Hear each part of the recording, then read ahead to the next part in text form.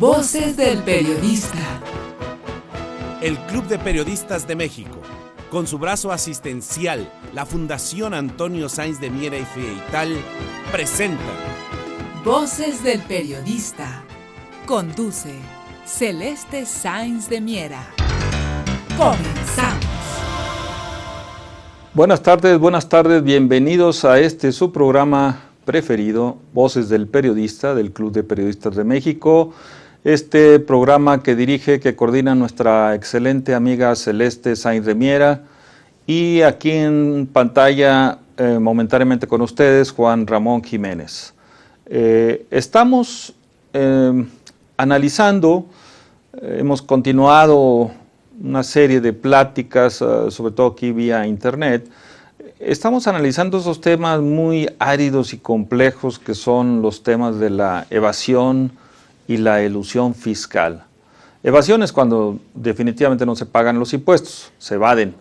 Y la elusión es cuando se pagan los impuestos, pero no se paga la cantidad que se debe de pagar de los mismos.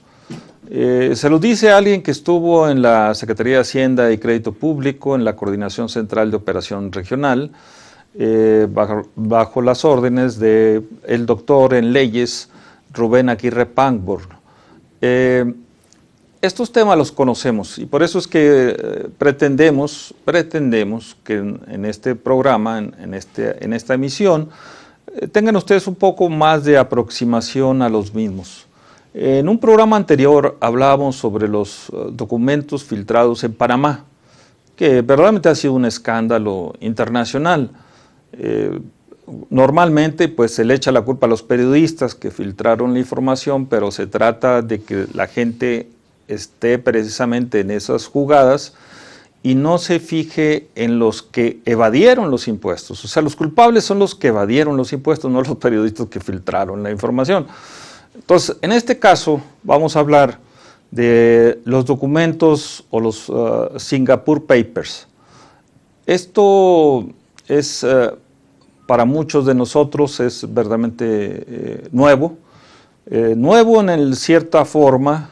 Sabemos que hay una cantidad enorme de paraísos fiscales, pero habíamos pensado que Singapur, por ser una isla con un alto desarrollo económico, con una prácticamente democracia, aunque tiene mucha influencia de China comunista, no dejaba de ser interesante el análisis que hiciéramos de Singapur.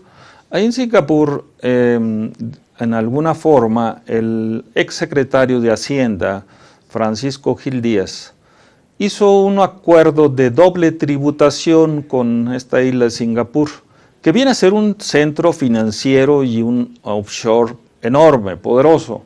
No estamos hablando de Panamá, aquí estamos hablando otro de los temas más importantes, que es el de Singapur. Entonces, Francisco Gil Díaz es doctor en economía por la Universidad de Chicago. Aquí empezamos a hablar ya de los Chicago Boys. Su pupilo es Agustín Carstens, también doctor en economía por la Universidad de Chicago. Esa mancuerna de Gil Díaz con Carstens, para mi punto muy particular de vista, ha sido muy peligrosa para el país, porque el saqueo de los recursos, sobre todo de las grandes corporaciones mexicanas como Pemex, ha sido continuo. El hecho es que Gil Díaz pues, ha estado involucrado en los... miren, insisto en que salí de la Secretaría de Hacienda. Hacienda debe perseguir a los evasores fiscales. No les debe dar ninguna facilidad porque son dineros de la nación, deben entrar a las arcas públicas del país. Son dineros del país al final de cuentas. Por eso es la insistencia en tocar estos temas, son temas de dineros de la nación. Los mexicanos parece que no nos interesan los dineros de la nación, estamos interesados o nos tienen interesados en otros temas colaterales, pero no en estos.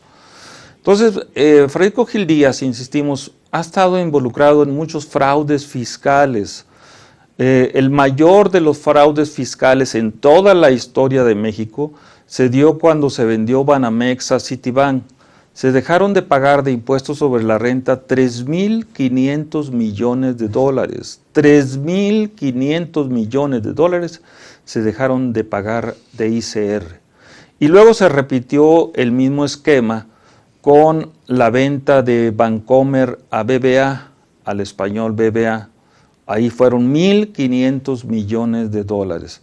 Entre 3.500 y 1.500 te sumen, son 5.000 millones de dólares que este personaje, Francisco Gil Díaz, permitió que se evadieran, que se eludieran, esta es la palabra correcta, que se eludieran, que no se pagaran, se pagara una X cantidad, pero no se pagó lo que se debería de pagar. El punto fino ahí es que el entonces secretario de Hacienda, Francisco Gil Díaz, pues ahí tiene conflicto de interés porque él fue parte de aquella anterior elusión fiscal que se llamó la conexión entre WorldCom y Avantel.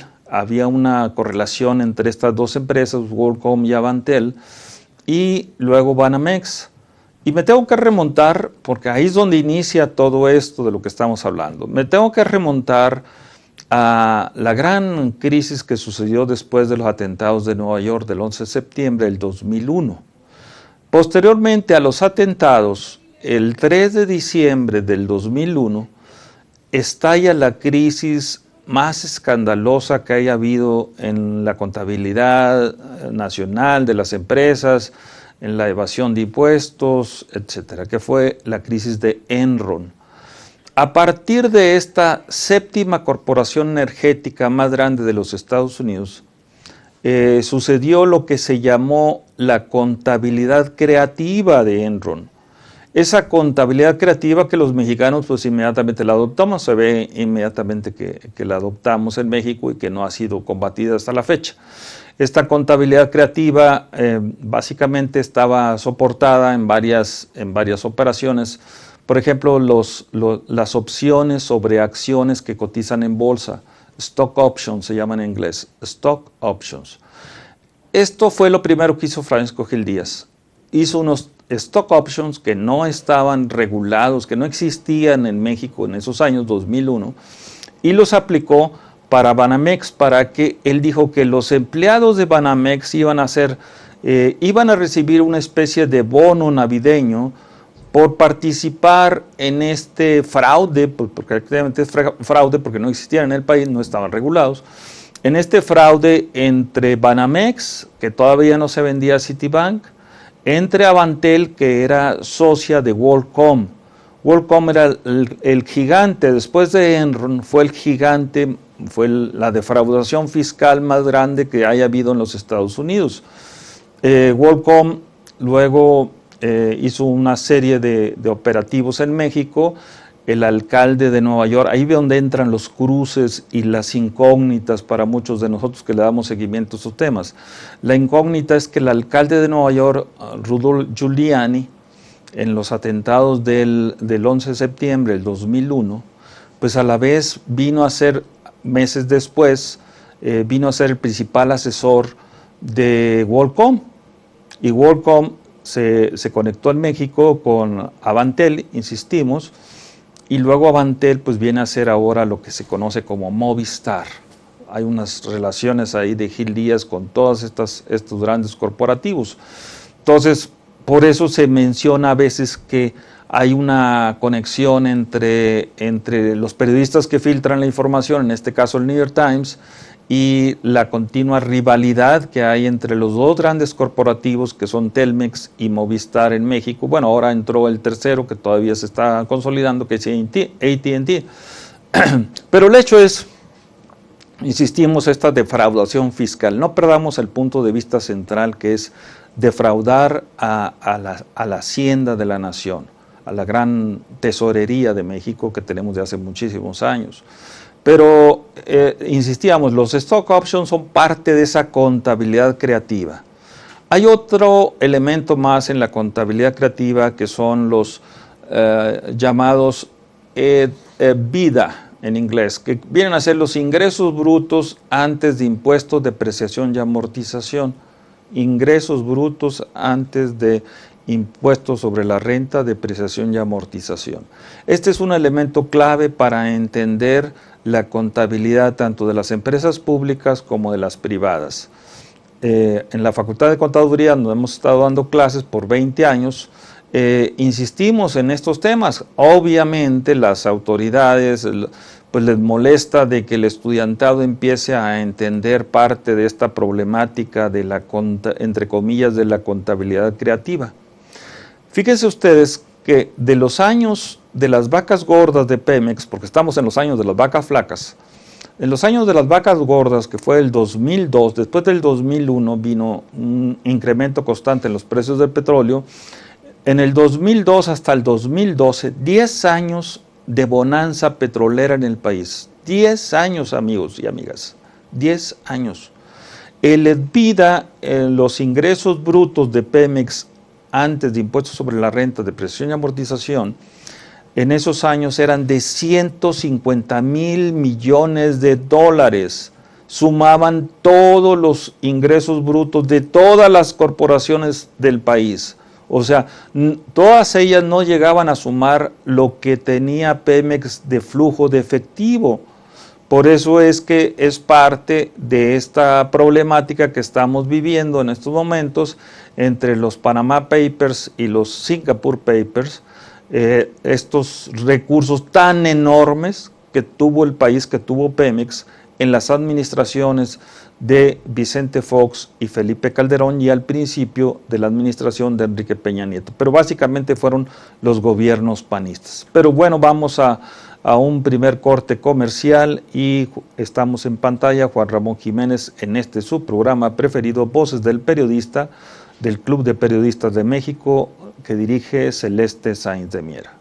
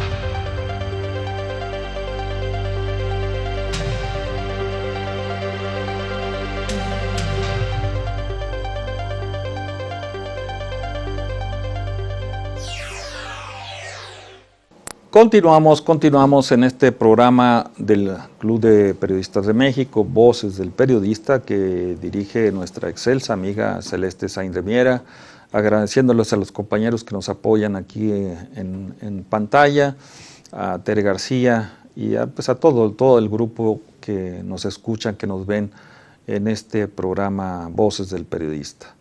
Y Juan Ramón Jiménez aquí en pantalla. Pues estamos continuando hablando sobre estos Singapore Papers, pero hacíamos el antecedente histórico de la contabilidad creativa de Enron. Hablábamos sobre el flujo de efectivo, estos EBITDA que se conoce en inglés. Hablábamos también de estos stock options que los aplicó perfectamente Francisco Gil Díaz. Ahora hablaremos de las SPE o Special Purpose Entities o empresas para propósitos especiales, que también es parte de la contabilidad creativa de Enron. Y se ve que pues, los Chicago Boys son muy aplicados en México para hacer este tipo de negociaciones oscuras, cruces de documentos que no existen, etcétera, etcétera. La revista Proceso, como lo vimos hace rato en pantalla, fue la que en esta semana está sacando parte de estos documentos. Otra, ha habido ya información anterior, pero el hecho es que se había comentado que Francisco Gil Díaz ya estuvo investigado por la Procuraduría General de la Nación en el 2008, precisamente en un tráfico de influencias con evasión de impuestos. Fíjense, nada menos que el secretario de Hacienda, que inclusive es la cabeza de un grupo que se le ha llamado la Hermandad Itamita, la Hermandad de los egresados del ITAM, que están normalmente localizados en las tesorerías de los estados, del gobierno del DF, de las empresas paraestatales, etcétera. Es como una especie de hermandad, como Huesos y Calaveras allá en la Universidad de Yale, y acá pues tenemos el equivalente totonaca de lo que es allá en Estados Unidos, Huesos y Calaveras. Entonces se dice, no se puede probar, se dice que Francisco Gil Díaz es la cabeza de este grupo, teniendo a dos grandes operadores de él, como han sido Pedro Aspe Armella, también secretario de Hacienda, y Agustín Carstens, también secretario de Hacienda, ahora encargado del Banco de México. El hecho es que esta contabilidad creativa de Enron nos ha hecho enorme daño al país y lo vamos a ver a continuación en este tipo de documento que les traje en PowerPoint. Pueden ver ustedes cómo se empezaron a abrir las coberturas petroleras. Las coberturas son precisamente tratando de ejemplificar y simplificar este tema. Es como cuando usted tiene un seguro automotriz. En este caso, si sucede un accidente, ya usted está cubierto. Pero en el caso del petróleo, pues se negocia a un X precio la cobertura. Si esa cobertura por un X tiempo también se ve que el precio del petróleo cae, bueno, se ejerce la cobertura, se paga una prima y el gobierno no sale perdiendo grandes cantidades, como si estuviera usted en el mercado líquido, en el mercado de cash. Para que me entienda, por ejemplo, se negociaron coberturas a $100 cuando el precio del petróleo estaba fuerte, $100, y ahora que se cayó a 30, 40 dólares el barril, pues el gobierno de México ejerció sus coberturas, se protegió y se le pagó una enorme cantidad de dinero. No se ha sabido dónde se depositó eso porque por la Tesorería de la Nación no han entrado esos recursos. Vemos en pantalla que el genio, el pupilo de oro de Francisco Gil Díaz, pues ha sido Agustín Carstens. Agustín Carstens fue el que operó las coberturas petroleras. Ahí viene una serie de personajes, todos ellos, inclusive mi jefe en la Secretaría de Hacienda, Rubén Aguirre Pangburn, aparece también aquí en este tipo de negociaciones ocultas, porque lo hicimos en esa época en Hacienda, pero no sabíamos cuál era el destino final. Ahorita ya con el tiempo hemos analizado esto y sí, todos ellos estuvieron involucrados y están involucrados en lo que podríamos llamar un gran, gigantesco fraude a los dineros de Hacienda, a la Tesorería de la Nación y a Pemex, porque estos instrumentos, los Special Purpose Entities o empresas especializadas, fueron las que empezaron a nacer alrededor de las coberturas petroleras. Francisco Gil Díaz fue acusado por la Procuraduría General de la Nación precisamente de lucrar con estas coberturas petroleras, con estos recursos petroleros. Él creó un fondo de inversión en Luxemburgo, que está en un ladito ahí de Bruselas, en Bélgica, que es la capital política de la Unión Europea, en Luxemburgo, que se llamaba Axis Capital Management. Es un fondo, un fideicomiso, en donde se le encontró que él había puesto de prestanombres en este fondo a su esposa, la bella Margarita White, que también apareció en pantalla hace algunos minutos, y a su hijo Gonzalo Gil White. Esto es importante porque ahora en los Singapore Papers aparece de nuevo el hijo de Francisco Gil Díaz, Gonzalo Gil White, y todo se está girando a que las coberturas siempre necesitaban una empresa que fuera responsable de manejar estas coberturas petroleras, y el gobierno no podía hacerlo directamente, y entonces empezaron a crear estas empresas para propósitos especiales, parte de la contabilidad creativa de Enron. Ahí en pantalla pues están todos los responsables. Si hubiera justicia fiscal en este país, por eso existe un tribunal fiscal, pero ¿quién se atreve a ir al tribunal fiscal? Se lo digo a alguien que estuvo en Hacienda. Es una pérdida de tiempo, de papeleo, y no nos hacen caso, prácticamente no nos hacen caso. Al ciudadano común y corriente no nos hacen caso. No le hacen caso ni a los que tienen grandes cantidades de dinero, porque así la gran burocracia, está establecida la gran burocracia en el país, de que no se castiguen estos enormes fraudes fiscales. Entonces, el punto es que empezaron a nacer una serie de empresas, y vean ustedes lo que tenemos en pantalla, a lo mejor no lo alcanzan ustedes a visualizar perfectamente bien.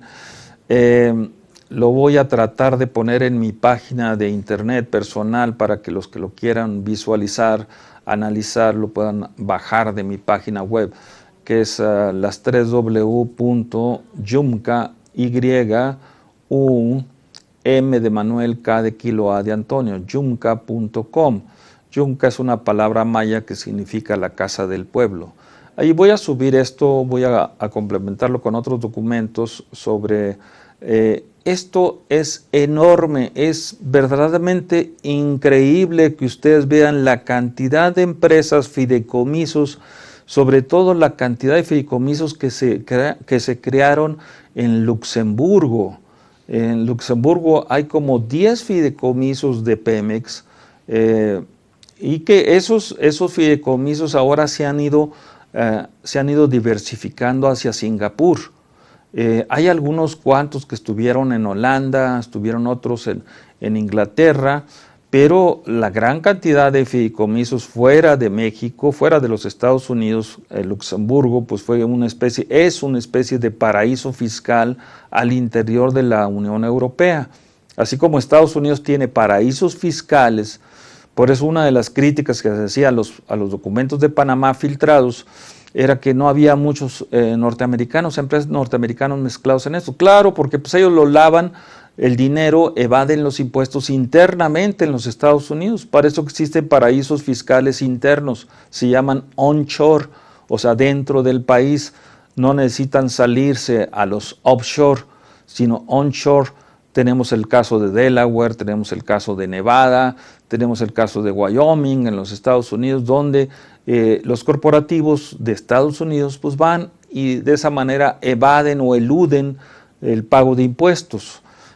Aquí en México no lo tenemos afortunadamente, pero el hecho es que desafortunadamente nuestra gran empresa corporativa Pemex pues ha sido saqueada, como ustedes pueden ver en esta cantidad enorme de fideicomisos que se han creado. Básicamente se crearon en los gobiernos panistas, en los gobiernos en donde Francisco Gil Díaz estuvo a la cabeza de la Secretaría de Hacienda, y como insistimos, él fue especialista en defraudar al fisco. Siendo secretario de Hacienda, fue el especialista mayor que ha habido, el mayor sicario financiero del país. O sea, a ningún secretario de Hacienda se le habían escapado 3.500 millones de dólares, o los 1.500 de Bancomer, o los 7.000 millones de dólares del Grupo Modelo. Aquí también es importante porque en el caso de los Panama Papers viene a salir ahorita el caso de Brasil, y aquí en México nosotros no nos fijamos, creemos que porque Dilma Rousseff fue una guerrillera y que puede tener razón o no. El hecho es Petrobras, el punto es el petróleo. El petróleo es donde están los grandes fraudes que están dando, no solamente en México, sino también en Brasil, en Petrobras. Y yo recuerdo, para finalizar este corte, el caso del Modelo.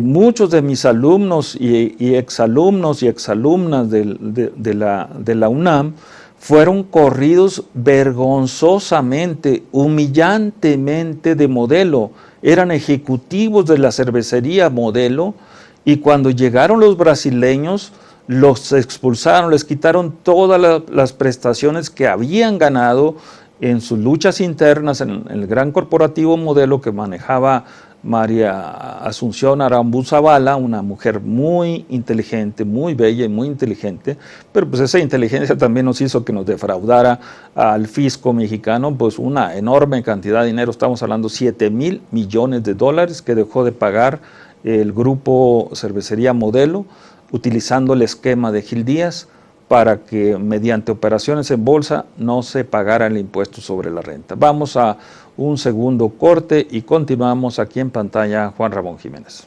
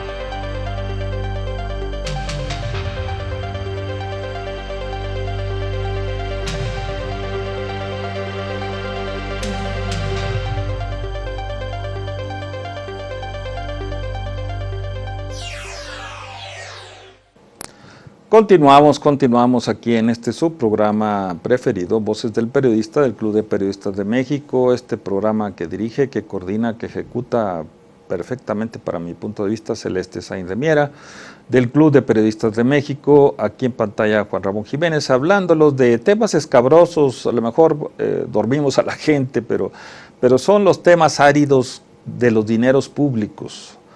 Dicen que las batallas más difíciles se dan en los impuestos, y es cierto, es cierto. lo vemos ahorita, lo estamos viviendo en el caso de los documentos de Panamá y en este caso de que estamos hablando de los documentos de Singapur, en donde sobre todo en este último, en los documentos de Singapur, están mezclada toda la clase política fiscal central de Banco de México y de Pemex. O sea, el saqueo de Pemex es brutal. A tal grado que yo les recomiendo la revista Proceso de esta semana, porque viene con detenimiento mencionando los fideicomisos, las personas que están involucradas en este asunto. Yo recuerdo también que ahorita vuelve de nuevo a estar involucrado Emilio Lozoya Austin, el ex director, el reciente cesado director de Pemex. Se menciona ahí en este documento, y no son filtraciones de periodistas, amigos. Estos son documentos que ha mostrado el ex director de la Auditoría Superior de la Federación.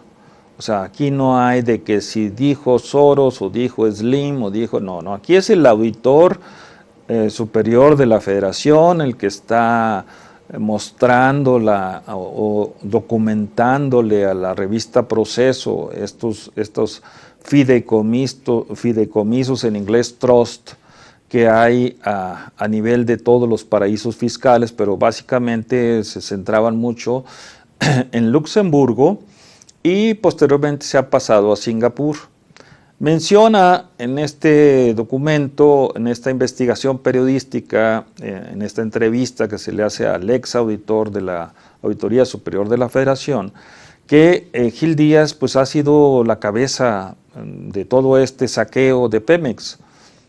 No solamente, insistíamos, era el caso de los stock options que hubo entre WorldCom, Avantel y vean ustedes aquí en pantalla la esposa de Gil Díaz, Margarita White, que toda ella también tiene una historia muy interesante.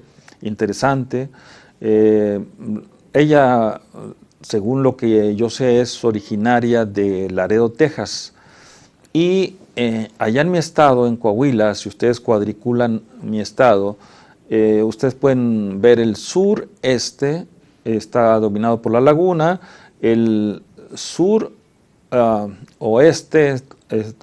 sureste está dominado por Saltillo, el suroeste por la laguna, el noreste por Monclova y Piedras Negras, y el noroeste no hay nadie, es una zona vacía.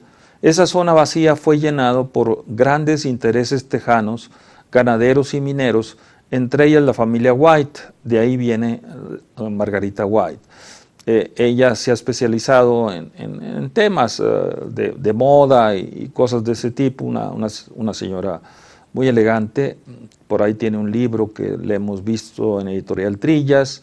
El hecho es que estuvo, no sé si directa o indirectamente, pero estuvo siempre embarrada por estos documentos que ha sacado la revista Proceso en Luxemburgo, siendo ella prestanombres de su marido, de Francisco Gil Díaz, y estando su hijo Gonzalo también. Pero ahora su hijo Gonzalo viene también a estar involucrado en los documentos de Singapur. Ahí también en los documentos de Singapur está involucrado Televisa.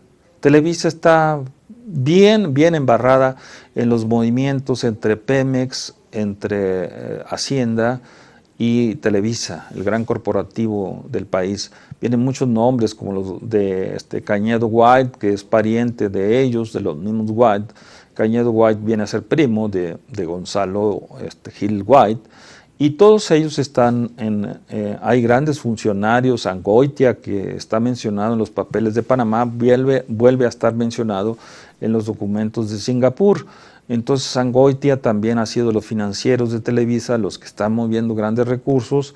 Están gentes muy ligadas a Pemex, como dijimos ahora. Está también otra empresa que salió originaria de Axis o Exis, Capital Management, que estaba en Luxemburgo. Salió otra empresa que se llamó Oro Negro, y Oro Negro de repente vino a ser una de las grandes intermediarias entre Singapur y Pemex. Inclusive ahora en la administración de Lozoya Austin hubo una compra ahí media bastante rara de 10 plataformas petroleras que le compró Pemex a esta empresa Oro Negro, y Oro Negro tiene pues ahí a un personaje que también fue director general de Pemex, Ramírez Corzo, en la época de Vicente Fox, si no me equivoco. Entonces ahí hay muchos personajes ligados con Pemex, y veamos aquí en pantalla otro de los temas importantes para que vean que ahí se están documentando. Son los aumentos a la gasolina que ha habido por sexenio.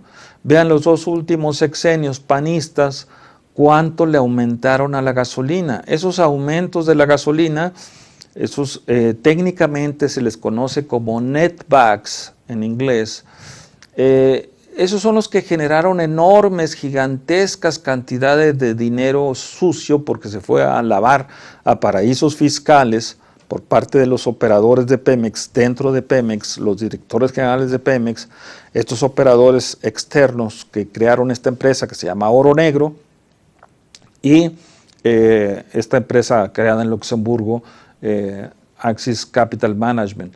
Entonces, el hecho es que hay una enorme, gigantesca saqueo de los dineros de Pemex. Insistíamos a ustedes que al principio del programa que los ingresos brutos de Pemex al iniciar los gobiernos panistas pues prácticamente se fueron en 10 años fueron la suma de lo que es ahora el Producto Interno Bruto de México. Fueron $1,5 trillón de dólares, $1,5 trillón que saquearon de Pemex. Esos dineros nunca entraron a la economía real. Ojalá hubieran entrado a la economía real y ahí hubieran sido una cosa verdaderamente importante. Ahí veíamos en pantalla de que no se construyó ninguna refinería. En la época del panismo no se construyó ninguna refinería. Entonces el hecho es que el punto es que el valor agregado que se le da al petróleo, los netbacks, pues no se quedaron en México. México siguió como siempre vendiendo materia prima, siguió exportando crudo y eso nos generó una gran cantidad de dinero, pero no le dimos la segunda oportunidad al país, que es el valor agregado, la primera refinación y la segunda refinación. Por ejemplo, si ustedes, para que me entiendan, si en esos años el precio del petróleo estuvo en $100 el barril, ya en la refinación el barril de petróleo valía $1,500. O sea, de $100 pasamos a $1,500. Ese valor agregado, ¿quién se lo quedó? Pues prácticamente se lo quedó los 2 grupos grandes que se han quedado con la refinación de Pemex. El grupo Shell, Royal Dutch Shell, es una empresa anglo-holandesa, y el grupo Valero, muy cercano a los intereses de los Bush. Pero seguimos. Bueno, estábamos ahorita hablando sobre este tema de la refinación, que es el valor agregado. Entonces, en el valor agregado, México perdió la oportunidad de crear una riqueza enorme y bien distribuida para el país debido a estos malos gobiernos panistas en este momento, que fueron los que no supieron utilizar. Más bien sí lo supieron utilizar, pero para sus propios intereses y no para los intereses de la nación, y que no nos vengan ahora con que son verdaderamente demócratas. Aquí en pantalla vemos este gigantesco barco, gigantesco porque es el barco más grande del mundo, es el señor de los mares. Este estuvo anclado enfrente de las costas de Coatzacoalcos en Veracruz. Y ahora se dice, porque no tenemos los recursos, la universidad no nos da recursos para nada, al contrario nos quita y nos quita y nos quita. O sea, nosotros debemos tener unidades de inteligencia fuertes en la Universidad de México o en otros lugares que fueran inclusive ciudadanizados, pero este barco enorme se dice que está ahora en los fiordos, en las costas de Noruega, y ahí se utiliza como bodega del petróleo mexicano que de una manera fantasmagórica, porque los mexicanos somos muy creativos, somos magos de esa zona veracruzana, ahí de los famosos chamanes mexicanos, pues desaparecemos el petróleo. ¿Cómo lo desaparecemos? Millonadas, barcos completos llenos de petróleo que se desaparecen, se van a operaciones fantasmas, así como la estamos viendo a Luxemburgo, a Singapur, pero realmente es robo descarado del petróleo en México, que se va a estos mercados, al mercado spot de Rotterdam en Holanda, o al mercado spot también de Singapur. Y ahora estos dineros, que son muy difíciles de seguir la ruta de esos dineros, estos dineros se van a Singapur y agarran el circuito Dragón. El circuito Dragón ahorita es el circuito más caliente que hay en el mundo, que está formado por Singapur, Hong Kong, Shanghái, Macao, Tokio y Sydney en Australia, y regresan los dineros ya lavados a Inglaterra.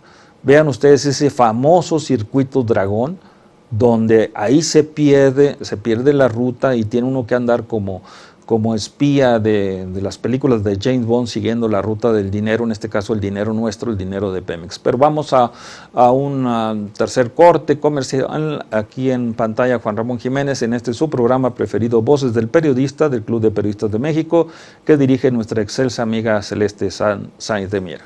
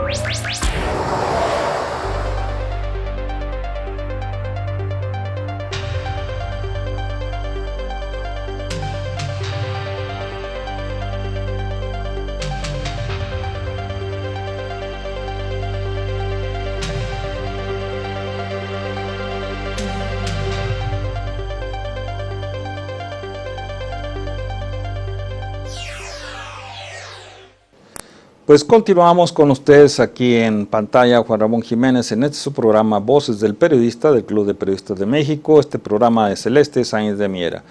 Y hablándoles, tratando de aprovechar el tiempo, esto se va muy rápido, la televisión es mucho más rápida que la radio, y estamos hablando sobre los documentos de Singapur y estos escandalosos, porque son verdaderamente escandalosos, fraudes a la nación, y los fraudes a la nación no prescriben. Es mentira que prescriban, los fraudes a la nación no prescriben, y más porque son dineros nuestros, dineros de México, y en este mes de abril que todos tenemos que pagar impuestos, pues resulta que los que hemos tenido de secretarios de Hacienda pues han sido los mayores defraudadores del fisco. En lugar de proteger los dineros de la nación, se han dedicado a saquear a la nación. Entonces, por eso es la crítica dura que hacemos y tenemos que basarnos en documentos, y por eso decimos ahora que aplaudimos que una revista como Proceso haya sacado a la luz pública esta información que ya se sabía por otros lados, pero que hay que darle siempre el contexto. La realidad de las cosas es que son dineros nuestros, son dineros de la nación, y por lo tanto pues tenemos que presionar de que esos dineros pues regresen de alguna forma, o sean castigados los personajes que han estado involucrados en todos estos ilícitos.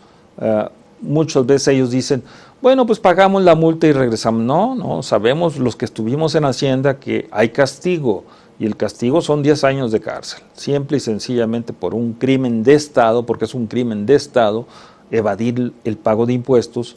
Es cárcel de inmediato, no es que yo pague, que yo tenga que pagar, no. Es como si voy ahorita a Hacienda y te digo, oye, fíjate que dejé de pagarte tal, ¿qué tal si te lo pago luego en el mes de mayo, no? Hacienda te va a decir, pues no, ahorita te mando una auditoría y te mando un embargo. Y ahí empiezan verdaderamente a presionar a Hacienda. Pero presiona, insistimos, siempre al contribuyente cautivo, al pequeño contribuyente, al pequeño empresario, al que se deja prácticamente, y son la gran mayoría porque no conoce, se asusta de estos temas. Llega un embargo, un requerimiento de Hacienda y bueno, pues se asusta medio mundo. ¿Y por qué no se asustan los grandes de los que estamos hablando? Porque están protegidos por el mismo sistema. O sea, el propio sistema los está protegiendo para que si cae uno de ellos, pues digan que no, que fue culpa de este profesor de la UNAM, o fue culpa de los periodistas que sacaron esta información, no, es culpa de Carlos Eldim. No, claro, o sea, siempre el otro lado de la moneda es el culpable, y no son los culpables los que verdaderamente están defraudando a la nación. Por eso es la importancia de estar centrado en el contexto de que no debemos de permitir que estos hechos sucedan y queden impunes y sin castigo, prácticamente, porque ahora resulta que los mayores saqueadores del país pues son los secretarios de Hacienda, es el propio Banco de México. Se dijo mucho y se ha insistido mucho por la Auditoría Superior de la Federación, no por este profesor universitario, por la Auditoría Superior de la Federación se ha insistido mucho de que en el Banco de México faltan 100 toneladas de oro, y que esas 100 toneladas de oro se extraviaron, entre comillas, en los mercados financieros del oro en Europa, y que probablemente estén dentro de las 4,000 toneladas de oro que tiene China Popular a través de Singapur de nuevo. ¿Por qué? Porque Carsten estuvo mezclado en estos asuntos de las coberturas petroleras. Carsten es parte de estos genios malévolos que tenemos en el país, que trayendo sus prestigiados doctorados en economía en la Universidad de Chicago, pues prácticamente se han convertido en unos macrosicarios de las finanzas del país. Entonces, este caso de los documentos de Singapur nos da idea, insistimos, de la velocidad y de lo difícil que es darle seguimiento a los dineros sucios y limpios que se mueven en el circuito llamado Dragón, que pues insistimos, Dragón porque es la gran potencia china, y empieza en Singapur, que es parte de la comunidad china, es muy poderosa en Singapur, luego pasa a Hong Kong, que también es de gran poderío chino, aunque los británicos ahí juegan el papel financiero. Luego se mueve hacia Shanghái, que es el centro financiero de la nueva China. Se pasa a Macao, que es prácticamente Las Vegas de China. Macao son todos los grandes casinos. Luego se brinca hacia Tokio, en Japón, y luego termina en Sydney, Australia, y de ahí se pueden mover los recursos rápidamente, porque esto es cuestión de minutos, de horas. En un teclado de máquina se mueven estos recursos, a como se va moviendo la Tierra, se van moviendo estos recursos a otros circuitos. El circuito Dragón es donde inicia al día todas las operaciones financieras del oro, de la plata, del petróleo, etcétera, y luego se pasa al otro circuito, el gran circuito que es Europa, y después termina en el gran circuito que es Estados Unidos. Entonces son los tres grandes circuitos monstruosos que tenemos en el mundo actual, que hay que seguirle la pista. Es muy difícil estar despierto, hay que tener 3 o 4 horas de descanso, tomar un buen café a esas horas, no un mal café como normalmente se hace con agua común y corriente y te duele el estómago, te duele la cabeza, pero aquí hay que saber eso, seguir los circuitos del dinero, la ruta del dinero. Y esa ruta, insistimos, empieza en Hong Kong, en Singapur y termina en la gran bolsa de Chicago. Todos los días hay unas horas entre donde termina Chicago y vuelve a empezar el circuito Dragón, que es lo que utilizan los corredores de bolsa, los brokers, los analistas para analizar qué sucedió. Pero el hecho es que para nosotros acá en México no tenemos en las universidades estos grupos de inteligencia financiera y mucho menos contrainteligencia financiera. Saber cómo combatir estos ilícitos para beneficio de la nación, no para beneficio de pequeñas o grandes corporativos, o mucho menos para beneficio de estos grandes macro sicarios de los que hemos estado hablando.